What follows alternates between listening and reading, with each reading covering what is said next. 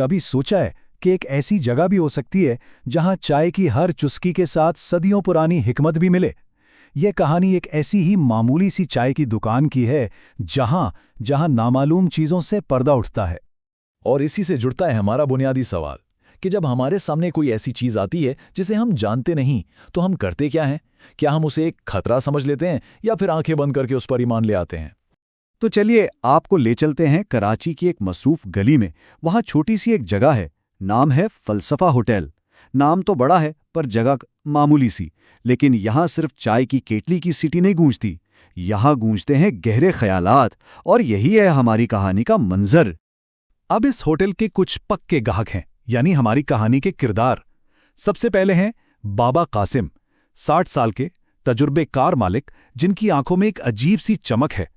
फिर आते हैं इशफाक, जनाब हर नई चीज में कोई ना कोई खतरा ढूंढ ही लेते हैं। और तीसरे हैं सलीम, उनके लिए तो बस हर तरफ मौजज़े ही मौजज़े हैं।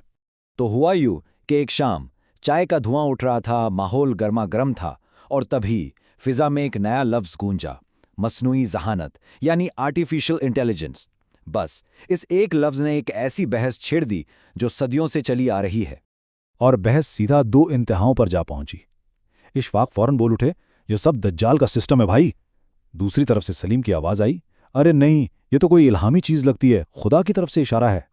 इस शोर में बाबा कासिम ने अपनी वही पुरसुकून मुस्कुराहट के साथ खामोशी तोड़ी। बोले, बेटा तुम दोनों हो तो एक ही कश्ती में, बस चप्पू अलग अलग हाथों में पकड़े हुए हो।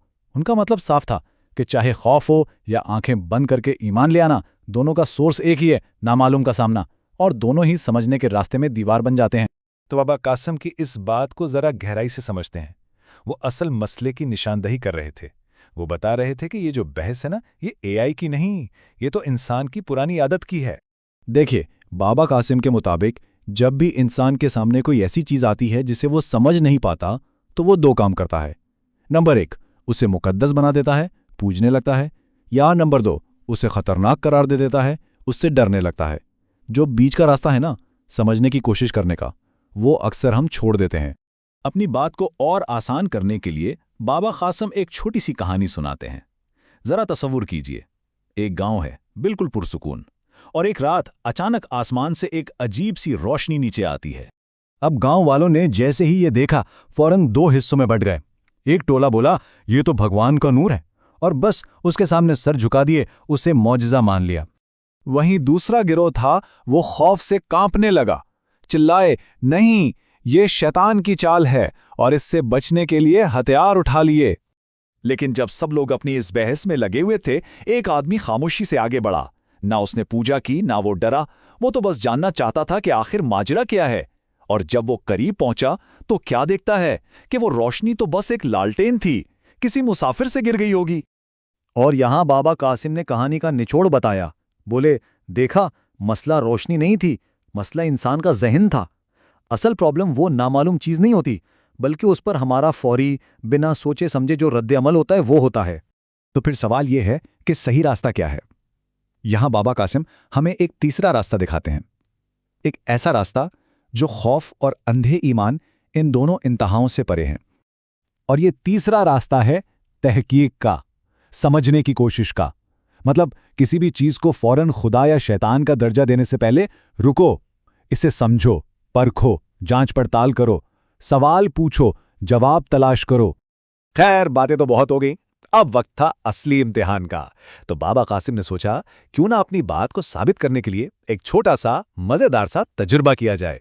उन्होंने क्या किया कि मेज पर एक अजीब सा डब्बा लाके रख दिया, ऐसा डब्बा जो पहले किसी ने नहीं देखा था। और सबसे बस एक सवाल पूछा, हाँ भाई बताओ, ये क्या है? और बस फिर वही हुआ जिसकी तवक्को थी। अशफाक फौरन बोले, लगता है कोई दज्जाली चीज है। सलीम को इसमें रूहानी ताकत नजर आने लगी। वहां रामलाल जी भी बैठे थे, वो कहने लगे, शायद ये देवताओं का कोई आला है। ये सुनकर बाबा कासिम हंस पड़े और इस रात से पर्दा उठाया। बोले, अरे भाइयों, ये तो बस एक पावर बैंक है, मोबाइल चार्ज करने के लिए।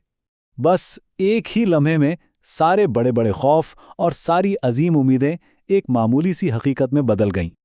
और इस हंसी के साथ ही सबको सबक भी मिल गया। बाबा कासिम ने समझाया, असल मसला चीज़ों में नहीं होता, हमारे सोचने के अंदाज में होता है।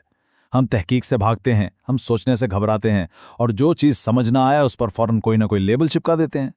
इस दिन के बाद फलसफा होटल की दीवार पर एक नया उसूल लिख दिया गया, और वो ये हा, जो चीज़ समझ ना आए उसे समझने की कोशिश करो, फौरन उसे भगवान या दज्जाल मत बनाओ। ये एक छोटी सी लेकिन बहुत गहरी याद दहानी थी कि समझने की चाह हमेशा खौफ और अंधे ईमान से बड़ी होनी चाहिए। देखिए, ये कहानी हमें याद दिलाती है कि शायद हकीकत खुद हमसे कहती है, मुझे समझने की कोशिश तो करो। मैं ना भगवान हूं, ना दज्जाल, मैं तो बस एक सच्चाई हूं। और इसी फिलसफा होटल के आखिरी असूल के साथ हम अपनी बात खत्म करते हैं। चाय ठंडी हो जाए तो खैर है, मगर सोच को कभी ठंडा मत होने देना। हमेशा सवाल करते रहिए, हमेशा सीखते रहिए और हमेशा समझने की कोशिश करते रहिए।